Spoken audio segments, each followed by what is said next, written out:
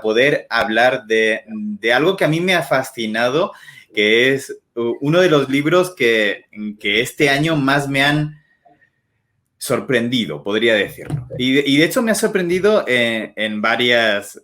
por varias razones. Y ahora hablaremos del libro, pero antes de eso, Juan Merodio, bienvenido.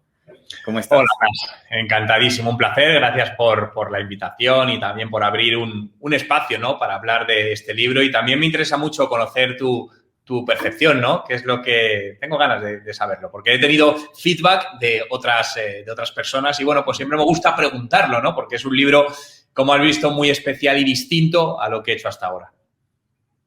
De hecho, por ahí va incluso mi primera apreciación y mi primera pregunta, que lo decía a la hora de publicar o de anunciar que íbamos a tener esta charla, lo decía en redes sociales, como un marketer se pasa directamente a hablar podríamos hablar de desarrollo personal, podríamos hablar de productividad de alguna manera, porque creo que de alguna manera al cambiarnos y dependiendo del proyecto que tengamos a la hora de utilizarlo, tiene mucho que ver también con la productividad. Así que antes de contarte mi apreciación, que un poco la conté también ahí en ese post, quiero preguntarte, ¿por qué un marketer habla sobre temas de desarrollo personal?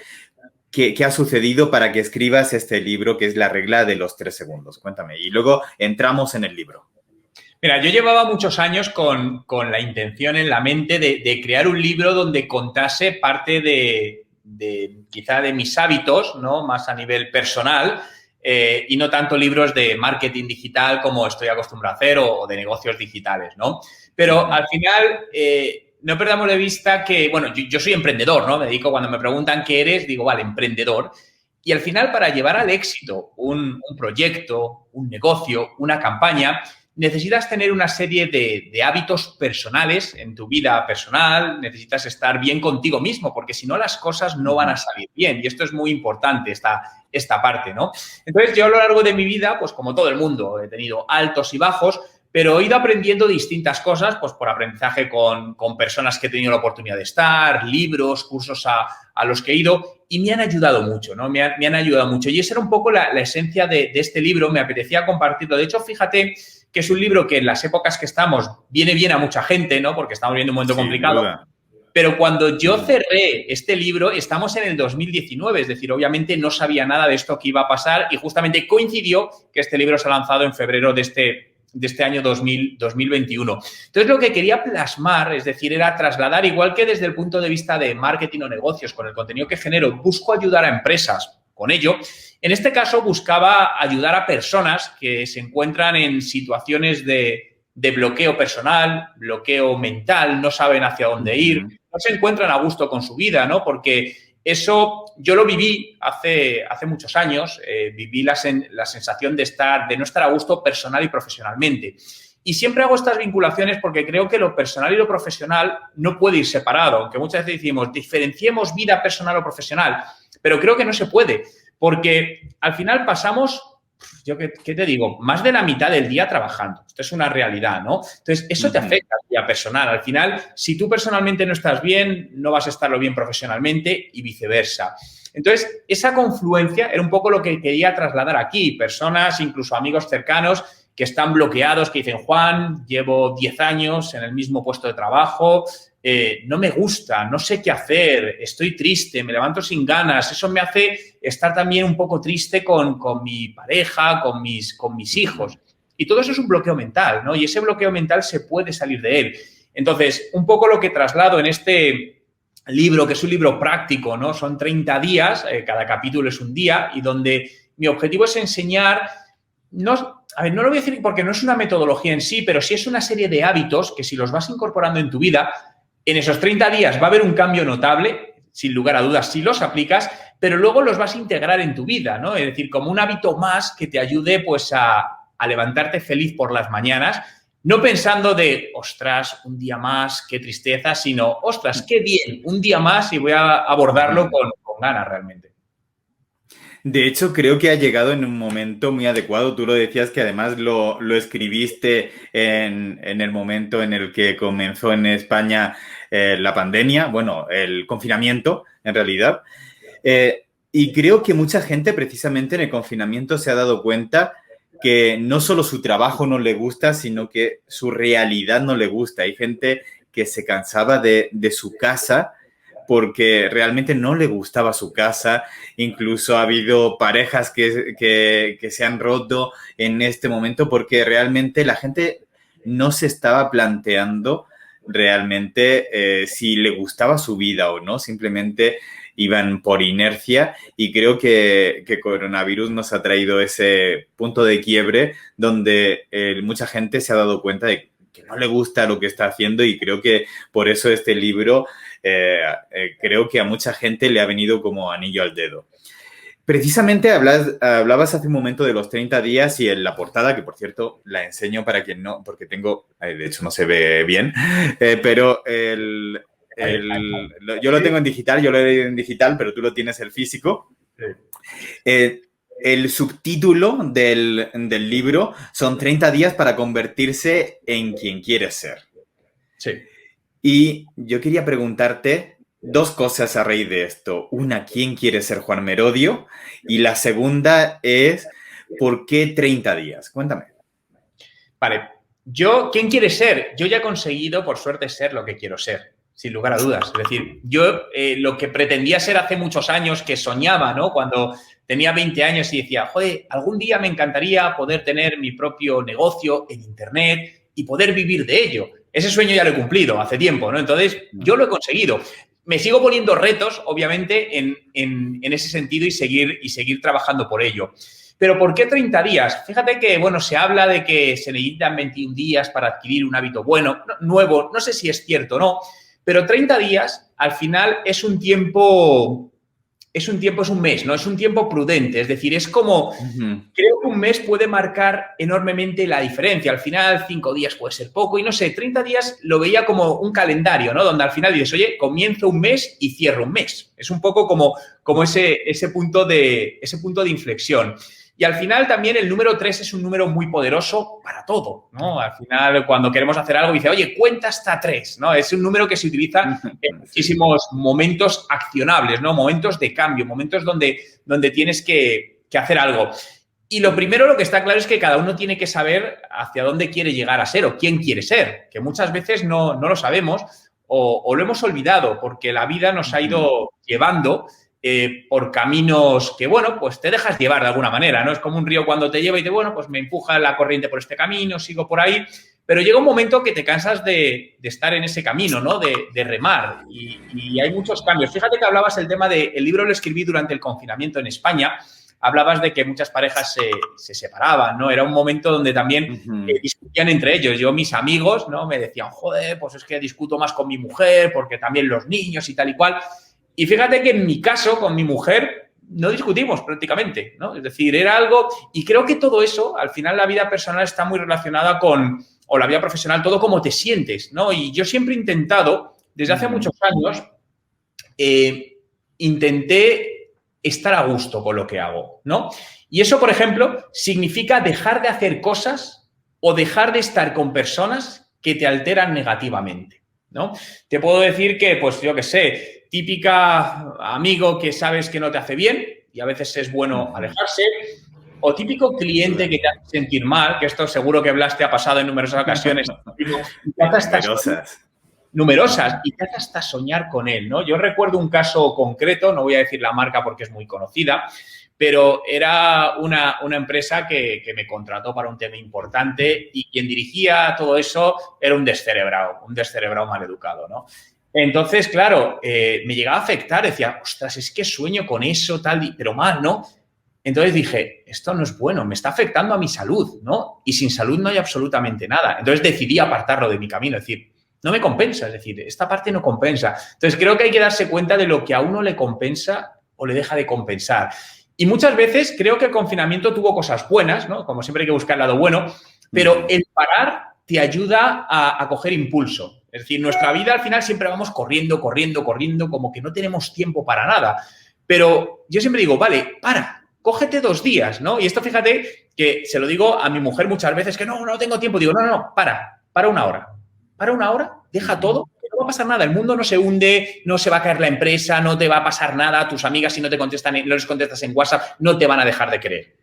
Y ese tiempo, al final, te ayuda muchas veces a replantearte cosas, coger impulso para dar un salto más grande, ¿no? Entonces, creo que ese periodo, y en el libro lo que intento también es ayudar a las personas a parar en ese círculo vicioso, ¿no? Esa rueda del hámster, ¿no? Que a veces se llama que por más que intentamos correr, no avanzamos. Lo único que hacemos es cansarnos y agotarnos. De hecho, en el libro hablas de el detox digital y hablas de que por trabajo, evidentemente, pasas aproximadamente 14 horas frente a la pantalla. Yo incluso he hecho mediciones desde el móvil a Rescue Time en el ordenador para saber cuánto tiempo.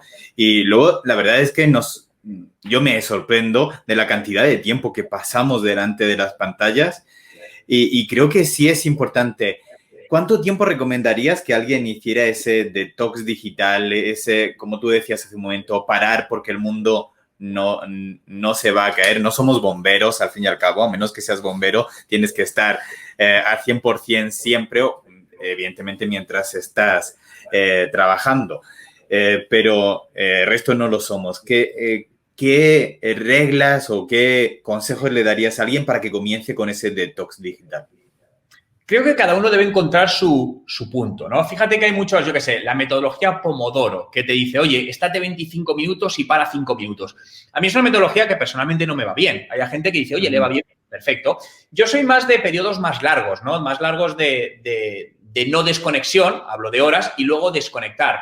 Por ejemplo, intento siempre por las mañanas tener es decir, cuando me levanto, vale, miro el email, 4 cosas, y tener un periodo de desconexión en el gimnasio, ¿no? Donde pues aprovecho, obviamente, no hay nada digital y lo que hago es pues escuchar un podcast, ¿no? Que es algo que me inspira, me ayuda a tener ideas, apunto cosas en el blog de notas o lo que sea. A mediodía, cuando como, vuelvo a hacer lo mismo, ¿no? Es decir, intento desconectar de todo eso y para evitar las pantallas, pues escucho un podcast. Y lo que para mí es más importante es por la noche, ¿no? Está demostrado que las pantallas tienen, no sé decirlo científicamente, pero tiene algo que estimula, ¿no? Estimula cierta... Sí, la luz azul. Correcto, vale, gracias. Porque no sabía muy bien técnicamente, pero te estimula y hace que duermas peor, etcétera. Entonces, mínimo 1 hora antes de acostarte, dejar de lado el teléfono móvil, ¿no? Incluso no dejarlo en la mesilla, que muchas veces con la mala costumbre de que lo utilizamos como despertador, lo tenemos ahí, ¿no? Entonces, alejarte de él y dedicarte, pues a lo mejor te apetece ver una serie de Netflix, ¿no? Que es la televisión, pero es distinto el tipo de pantalla, no es una pantalla tan cercana, o ponerte a ver un libro, o ponerte a jugar, o hacer un sudoku, cada uno lo que quiera. Pero creo que hay que buscar esos momentos de desintoxicación, porque al final, si no, nos dejamos llevar por algo, y fíjate que para mí lo digital e Internet es lo mejor que ha pasado a esta humanidad. Pero claro, todo el exceso tiene sus inconvenientes, ¿no? Y cuando ves que, joder, desde que te levantas, abres un ojo y lo primero que haces es coger así el móvil y dices, ostras. Y lo último antes que te duermes, estás con Instagram, por ejemplo, en la cama. Me parece dañino, ¿vale? Me parece que es dañino para todos nosotros, ¿no? Y creo que tenemos que hacer el esfuerzo por autoeducarnos a dejar esto. Y además hay una cosa más importante para quienes tienen hijos y es educar a los hijos con el ejemplo, ¿no? Siempre... Me ha costado mucho cuando veo a padres que intentan educar a los hijos sin dar ejemplo. Es muy difícil decirle a un niño no cruces con el semáforo en rojo cuando tú cruzas con el semáforo en rojo. Entonces, creo que una gran responsabilidad para las generaciones que vienen, que son el futuro, está en los padres, ¿no? En educar, en educación digital, en que vean a sus propios padres usar adecuadamente los teléfonos móviles, porque si no, pues al final lo que estamos haciendo es reforzar que es bueno estar todo el día así o que estamos comiendo en familia y estamos con el teléfono móvil, ¿no? Lo cual creo que es momento también para dejarlo de lado.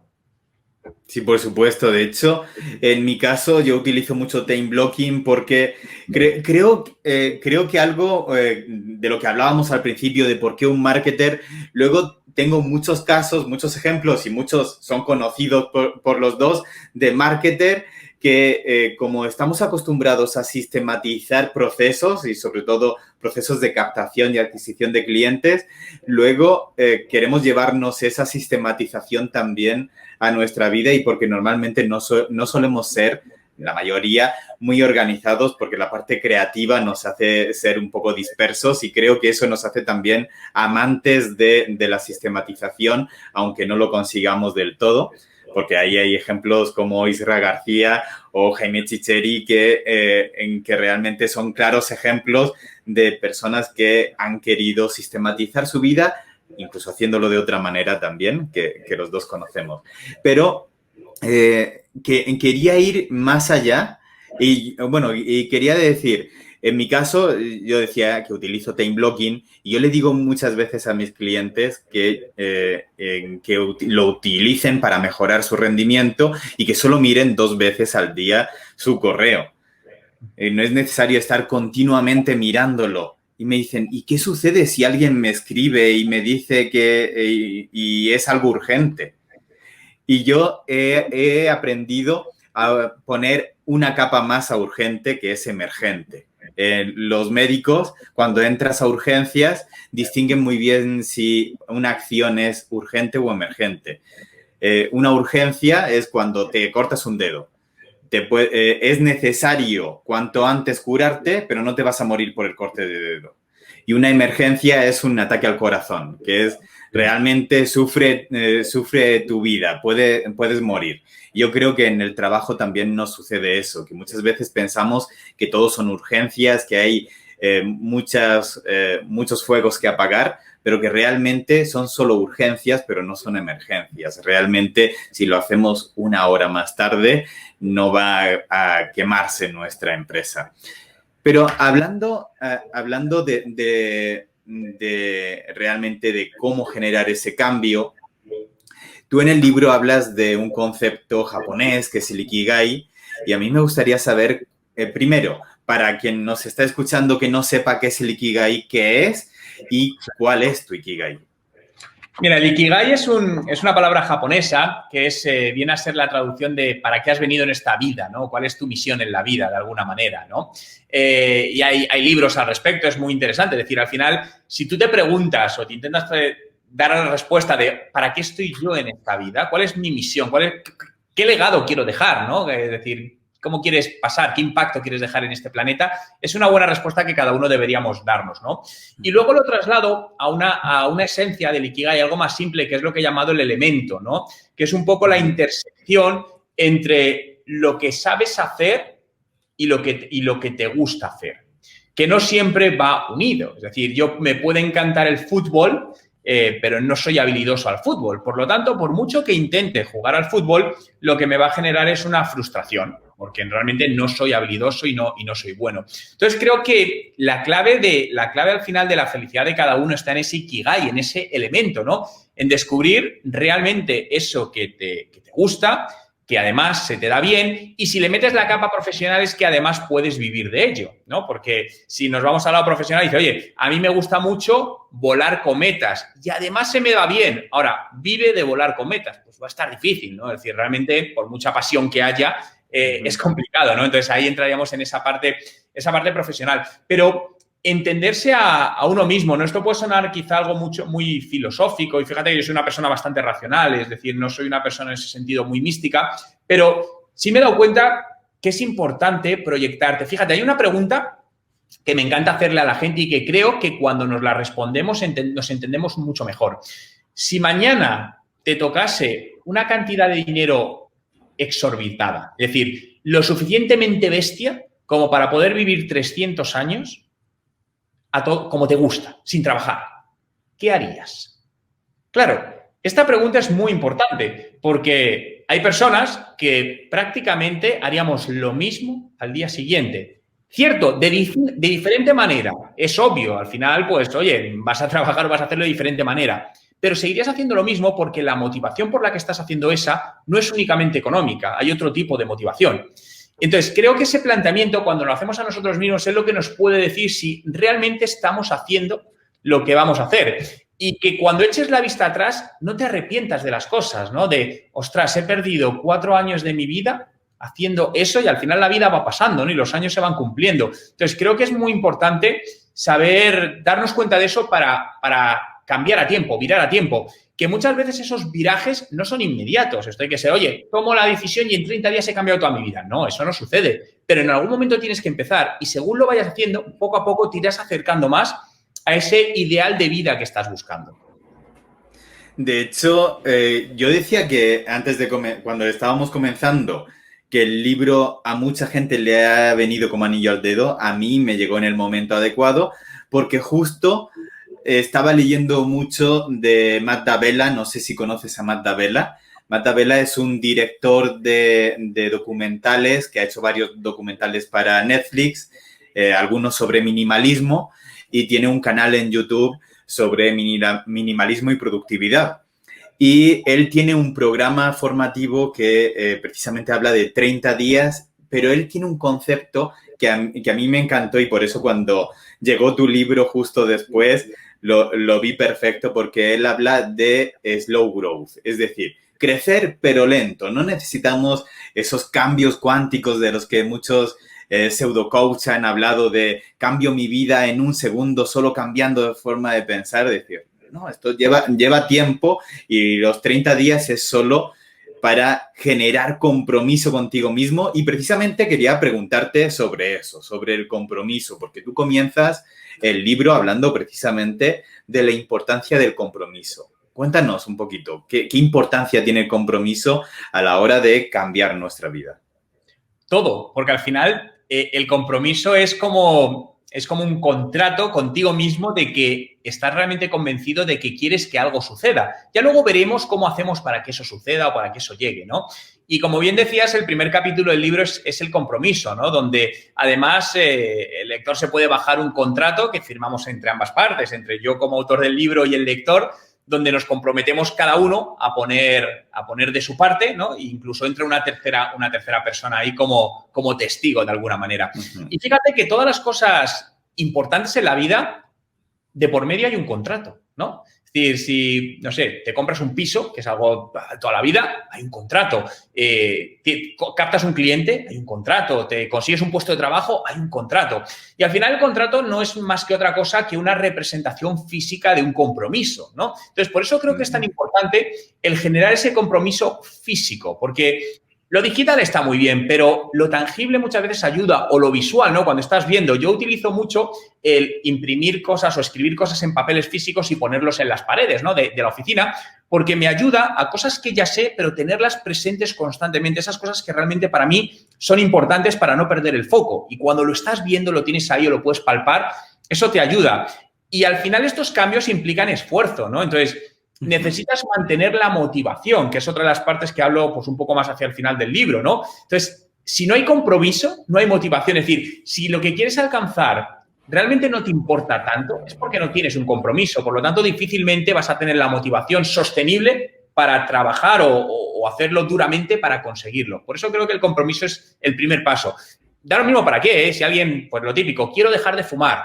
Pero si no te comprometes y dices, oye, me comprometo conmigo mismo en que el próximo 30 de abril va a ser mi último día y es mi compromiso. Eso es como la fuerza que te va a impulsar a lograrlo. Claro, y fíjate que estamos hablando ya un rato del libro, pero no hemos hablado de algo importante que le da nombre al libro, de esos 3 segundos. ¿Cuáles son esos 3 segundos que le dan nombre al libro? Pues son los 3 primeros segundos que suceden nada más despertarte y que normalmente no los recuerdas. Fíjate que la típica, la frase esta que dices cuando te has levantado mal un día, ¿no? Y te han ido las cosas mal y dices, me he levantado con el pie izquierdo, ¿no? Me he levantado con mal pie. Entonces, esto tiene mucho que ver. Es decir, esos 3 segundos desde que despiertas, porque suena el despertador o por la razón que sea, y que empiezan a venir tus primeros pensamientos a la cabeza, son el inicio de lo que definirá cómo te va a ir el resto del día. Repito, cuando nos levantamos mal, al final del día no sabes por qué, pero te va mal. Y estos días que te levantas bien, el día te va bien. Y eso se puede hackear o manipular de alguna manera. Y está muy relacionado con hábitos, entre ellos los hábitos al final de la noche, de cómo te duermes. Fíjate, típico día que has tenido un problema, ¿no? Has discutido con un buen amigo o has discutido con tu pareja. Y te vas a la cama y te cuesta dormirte. Además, descansas mal, incluso sueñas con eso. ¿Y qué sucede? Que te levantas mal. Y dices, ostras, ya he dormido mal, empiezo otro día mal. ¿vale? El final de la noche, sí, de la noche, del día, es fundamental. Entonces, cuando te acuestas tranquilo y pones tu mente en un modo positivo, vas a dormir mejor y te vas a levantar mejor. Yo desde hace muchos años, no sé, desde que tengo uso de razón realmente, me duermo riéndome, ¿no? La primera vez que mi mujer, cuando durmió conmigo, vio esto, pues claro, dice, este chico está loco, decía, hace una cosa muy rara. ¿No? Ya se ha acostumbrado, obviamente, pero yo siempre para dormirme me pongo algo que me hace reír. Pueden ser desde monólogos, cómicos, series cómicas, lo que quieras. Y al final lo que me ayuda es a relajarme, a aislar mi mente de todo tipo de pensamientos no buenos, centrarme en eso e irme sonriendo y me duermo riéndome. Y ese es algo que me ha valido, me funciona brutalmente, ¿no? Descanso mejor y con eso me levanto mejor y rindes mejor. Y al final es un efecto bucle, ¿no? Es un ciclo de alguna manera, donde tú empiezas a empujar la rueda, vas cogiendo tracción y cada vez vas cogiendo más velocidad. Qué gran tip, porque la mayoría de personas cuando pensamos en tener un buen despertar, pensamos en qué acciones vamos a hacer por la mañana, pero no tanto qué hacer por la noche. Yo tengo un hack que en realidad es una herramienta, es una aplicación del móvil que se llama Life Cycle, que lo que hace es detectar tu ciclo de sueño y te despierta en un momento de sueño no REM. Y yo he notado la gran diferencia, pero voy a probar eso de sonreír por las noches, de reírme. Y precisamente quería hablarte de eso, de hábitos. No sé si este es tu mejor hábito, el hábito con el que te encuentras más a gusto, el que más impacto ha tenido en tu vida, pero quería preguntarte por eso, ¿en qué hábito ha sido el que más impacto ha tenido en tu vida? Yo creo que es un sumatorio. Es difícil decir un hábito en concreto, ¿no? Yo creo que es el sumatorio de hábitos. Mira, para mí uno muy importante es buscar al menos una vez al día un momento de algo que te divierta. Algo que te divierta. Es decir, igual que tienes tus momentos de ponerte en forma, tus momentos de aprendizaje, pero tus momentos de diversión. Y a cada uno le divierte una cosa. Hay personas que, pues oye, a mí me gusta pintar soldaditos de plomo. Hay personas que hacer puzzles, maquetas, tocar un instrumento, ¿no? En mi caso, al final me encanta aprender instrumentos musicales, ahora estoy aprendiendo el piano. Hay otras personas que dicen, oye, yo me relajo jugando a un videojuego, a la PlayStation. Perfecto, ¿no? Pero buscar todos los días entre 20 y 30 minutos para disfrutar, ¿no? Para ese momento de disfrutar. Creo que eso es muy, muy importante. También utilizo mucho el time blocking, como tú decías, es decir, el ser muy procedimentado con los tiempos, porque no me gusta ir angustiado, es decir, no me gustan las prisas. Soy una persona bastante planificadora en ese sentido. Entonces, odio literalmente lo típico de que vas con la lengua afuera y dices, es que esto tiene que estar en 5 minutos. No puedo, lo llevo fatal. Lo primero porque me estresa. Y el estrés es algo muy malo para todo el mundo. Y además, el estrés, a mí algo que siempre me llama la atención es que se habla de aprender a gestionar el estrés. Y creo que esto también lo toco, es un error.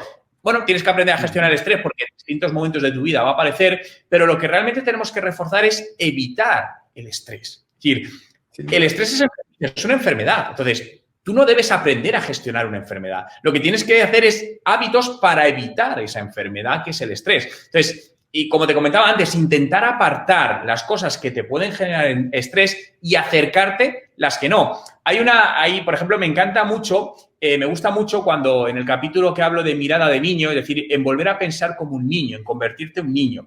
Creo que cuando nos hacemos adultos perdemos una de las cosas más bonitas que tienen los niños, que es preguntar por todo, ¿no? A mí me encanta cuando mi sobrinito te pregunta por todo. Oye, ¿y por qué? Oye, ¿y esto por qué? ¿Y por qué? Me encanta, ¿no? Porque creo que el preguntar, al final, te hace más inteligente, ¿no? Te hace aprender cosas nuevas, te hace ser curioso. Entonces, eso lo perdemos con el tiempo. O perdemos también el jugar, ¿no? Uno de los ejercicios que propongo es tirarte al suelo a jugar como un niño. Pero no porque tengas tu hijo y lo hagas con él porque tu hijo quiera, sino tú. Recuerda cuando tenías, no sé, 8, 10, 12 años. ¿Qué te gustaba jugar? Oye, pues a algunas personas nos gustaba el mecano y montar piezas, o jugar a Lego, o yo qué sé, hacer castillos de madera, lo que sea. Vuelve a utilizar eso, a jugar como un niño. Y estas cosas que muchas veces las cuentas así y parecen una tontería, incluso llegamos a pensar, yo para eso no tengo tiempo. Es un error, porque te pones a hacerlo y te das cuenta que no es en sí el gesto de hacer eso, es lo que eso implica para tu mente. Y tu mente al final es la que te va a direccionar hacia todo, ¿no? Es decir, creo en el poder de la visualización. Y ese poder de la visualización creativa depende de mucho de cómo tu mente esté enfocado hacia ello. Sin duda. Mucho que ver con la creatividad. Y justo me reía cuando has hablado, cuando has mencionado lo de la mirada de niño, que en el libro lo llamas momento del día, momento niño del día.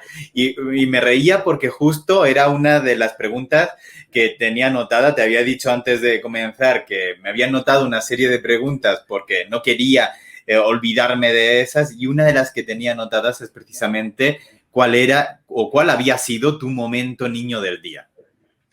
Pues del mira, día de hoy. Del día de hoy, mira, ese momento lo suelo dejar para por la tarde.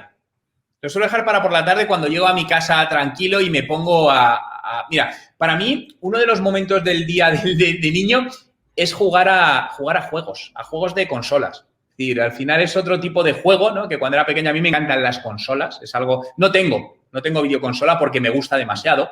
Entonces me conformo con algún juego en el iPad, ¿no? Entonces me bajo determinados juegos y digo, oye, todos los días juego 20 minutos, ¿no? Y al final, pues, ahora estoy enganchado a un juego de tenis, ¿no? Entonces, oye, pues todos los días 20 minutos a jugar a eso, ya está. Y me relaja y me permite centrarme en eso. Entonces, es el momento niño, ¿no?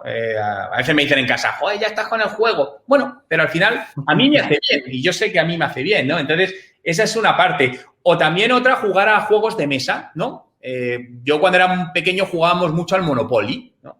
Me gustaba mucho. Bueno, pues también cuando puedo juego al Monopoly. Son juegos que me gustan, o el juego de la OCA o cosas de esas, no sé. Cada uno que yo creo que tiene sus recuerdos de infancia que le hacen sentir a gusto y rememorar esos buenos momentos también. De hecho, me sucede exactamente lo mismo. Yo tampoco tengo consola porque sé que le dedicaría demasiado tiempo y yo juego en el móvil.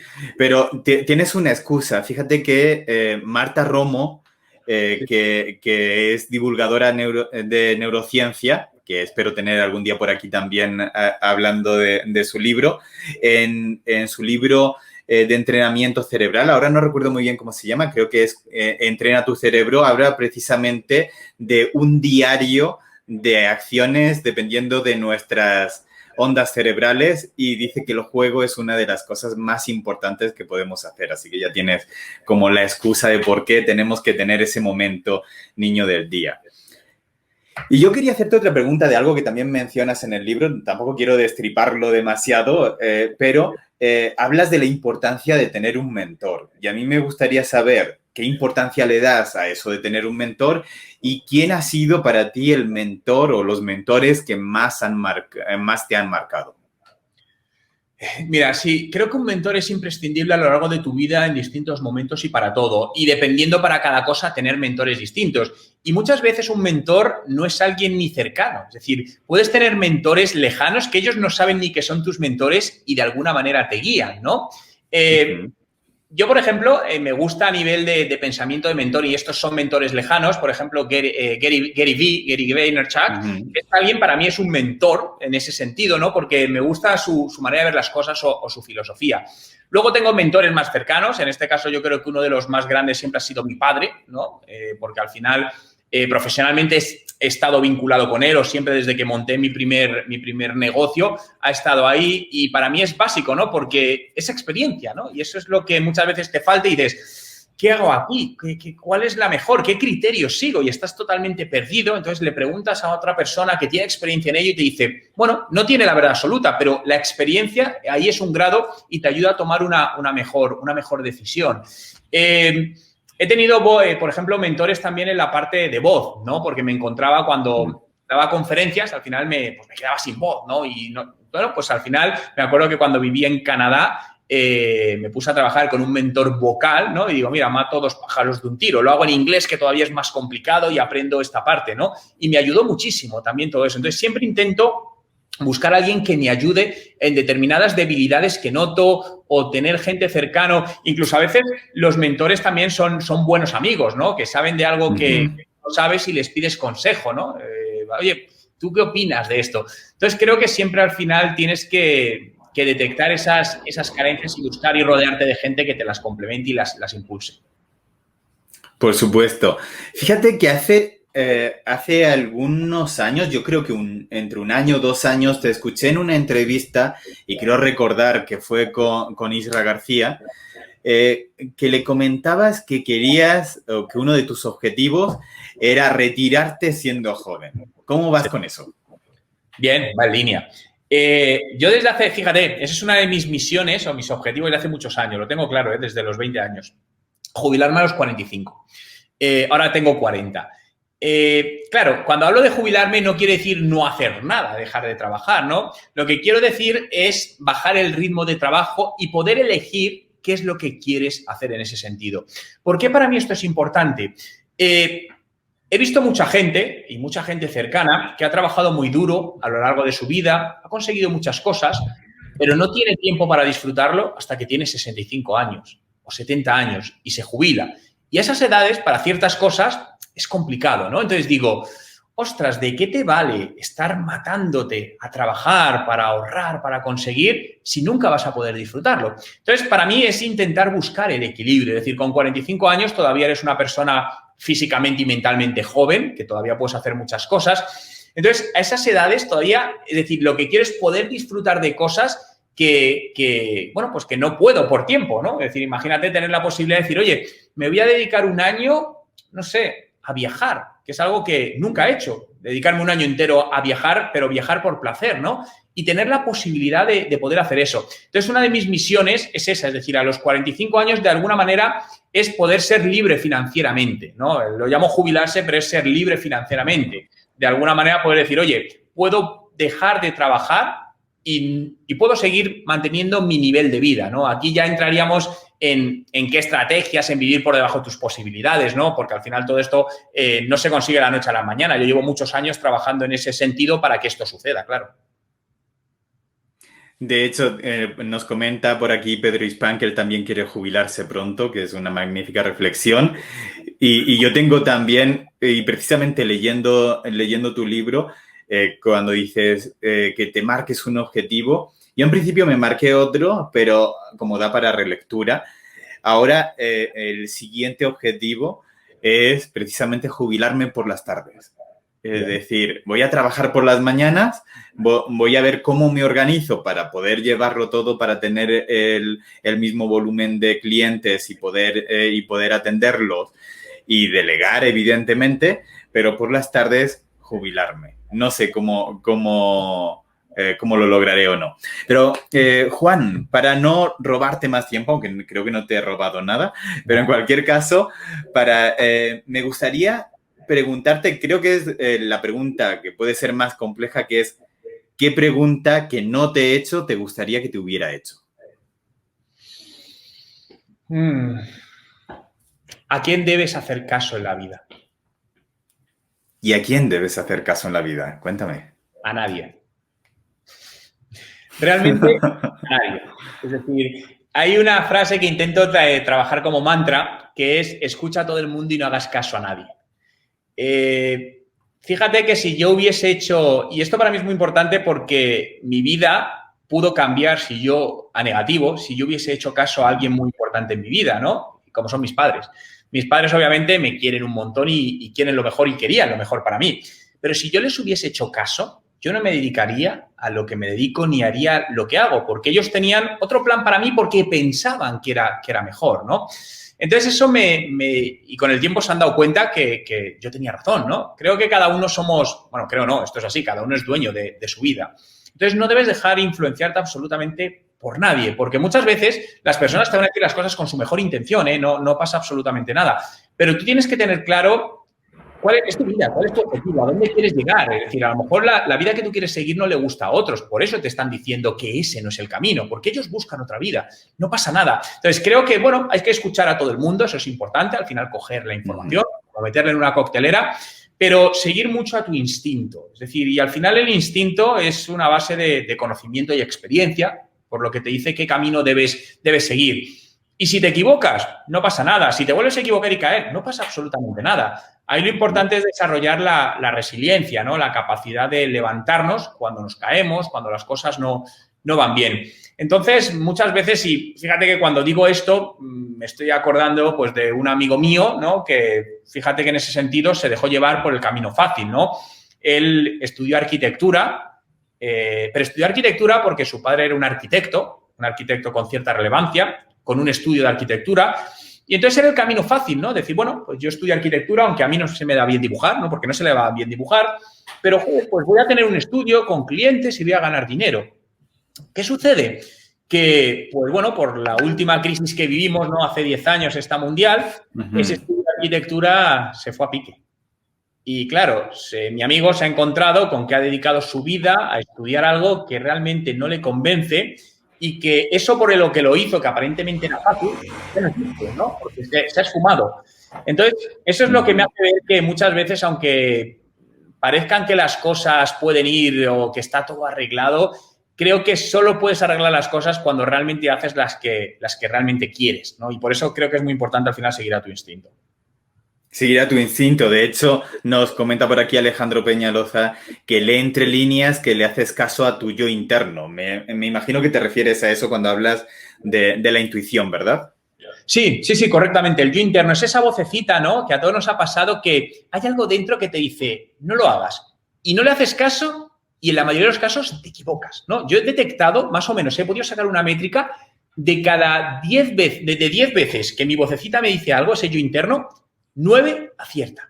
Entonces, pero a distintas cosas, ¿eh? Te hablo a nivel personal, a nivel profesional, a muchos niveles. Entonces, al final es mi mejor mentor, ¿no? Esa vocecita interior, ese sentimiento que no sabemos explicar, pero que todos tenemos y está ahí, ¿no? Escuchar esa voz interior. Entonces, síguela. Perfecto. De hecho, voy a cambiar de tema casi, porque hace un mes aproximadamente cambié algo en mi perfil de LinkedIn y es que puse que soy profesor de TechDi. Y para aquellos que digan, ¿por qué ha cambiado esto, Blas? ¿Por qué de repente es profesor de TechDi? ¿Qué es TechDi? Cuéntanos, Juan, ¿qué es TechDi?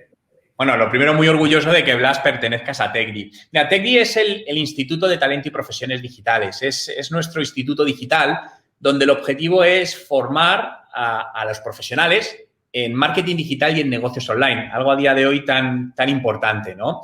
Y, bueno, te conozco desde hace tiempo, ¿no? Y te dije, oye, Blas, ¿te apetece unirte, trabajar con nosotros, hacer cursos y tal? Y vamos, obviamente ya estás en ello, ya hay cursos tuyos en la plataforma geniales, por cierto, ¿no? Entonces, mi objetivo con la educación o la formación, llevo muchos años siendo formador, educador de canales más tradicionales.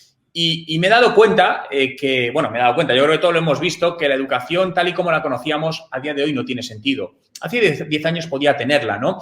También me he dado cuenta en temas de marketing y negocios digitales que hay muchas personas que quieren aprender, pero económicamente no pueden afrontar el costo que tienen algunos de los programas. Entonces, TechDi nació con el objetivo de, en ese sentido, democratizar la formación en marketing digital para que cualquier persona, insisto, cualquier persona en el mundo de habla hispana que quiera aprender marketing digital, el dinero no sea un impedimento, no sea una barrera, ¿no? Y nuestro formato es un formato Netflix, por explicarlo muy sencillamente, donde es una plataforma, pues en Netflix tienes muchas películas, aquí tienes muchos cursos, ¿no? Y además, cuando hablamos de precio, porque creo que es importante, somos más baratos que Netflix.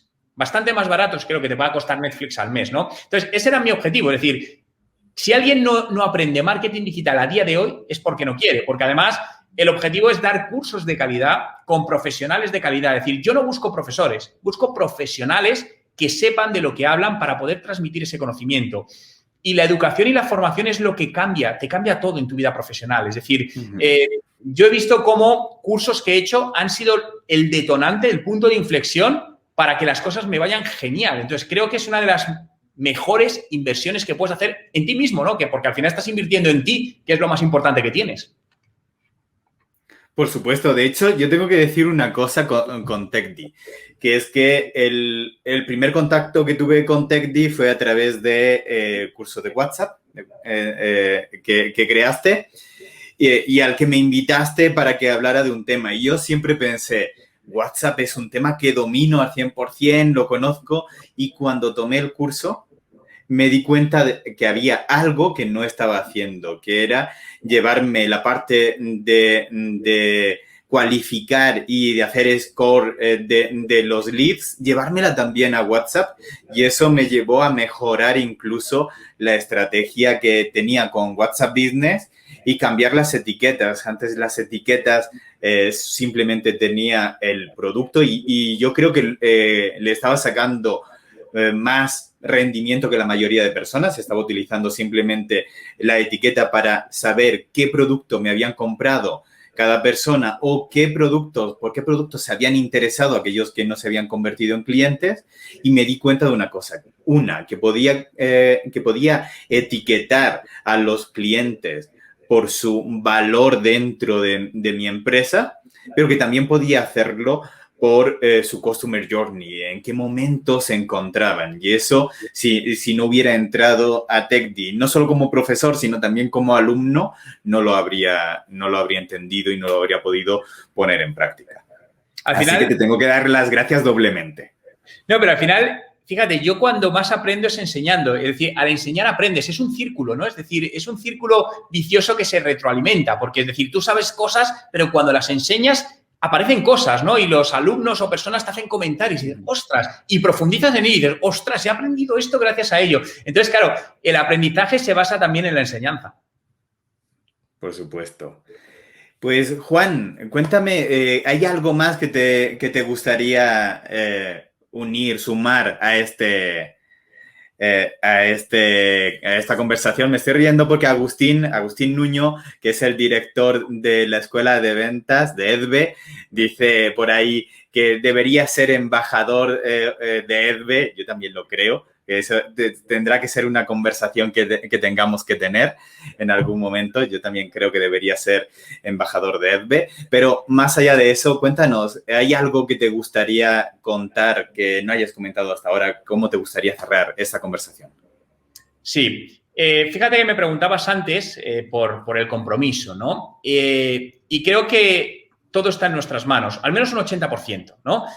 Muchas veces hablamos de la suerte. Para mí la suerte es estar preparado en el momento que te llega la oportunidad. Entonces, lo que pasa es que al final el ser humano, para autoprotegerse, ¿no? Autohackear su cerebro, cuando algo no nos sale bien, le echamos culpas al contexto. Es que el contexto es malo, es que no tuve suerte, pero realmente la responsabilidad es nuestra, ¿no? Y quería acabar con la frase con la que empieza la portada del libro, que justamente está aquí, que no se verá bien, que es: el compromiso es tuyo, la solución también. Por lo tanto, todo está, la solución a lo que quieras, a lo que tengas, a lo que cada uno le preocupe, está mucho más cerca de lo que muchas veces pensamos, ¿no? Y ese es un poco el origen y la misión de este libro, de la regla de los 3 segundos. Qué maravilla, Juan. Pues muchas gracias. Antes de terminar, tengo que decir una cosa, un pequeño disclaimer, que es que al principio de la entrevista no he hecho lo típico de una entrevista, de preguntar quién eres o de hacer yo la presentación, por 2 razones. Una, porque quería que fuera una conversación entre amigos, y la otra, porque cuando he entrado hoy a LinkedIn me he dado cuenta de una cosa, que tenemos más de 300 contactos en común. Así que el presentarte era algo que no era necesario, pero sí es necesario despedirte como te mereces, que es agradeciéndote el que hayas guardado un huequito de tu tiempo, un poco de tu valioso tiempo para estar aquí, para tener esta conversación, y espero que todos aquellos que no conozcan tu faceta como escritor y que no conozcan este libro, que se sale totalmente de lo que has hecho hasta ahora, que puedan realmente ir, visitar el libro, ya sea en físico o en digital. A mí me gustan mucho los libros físicos, pero con esto de la pandemia es más fácil ahora comprar libros digitales.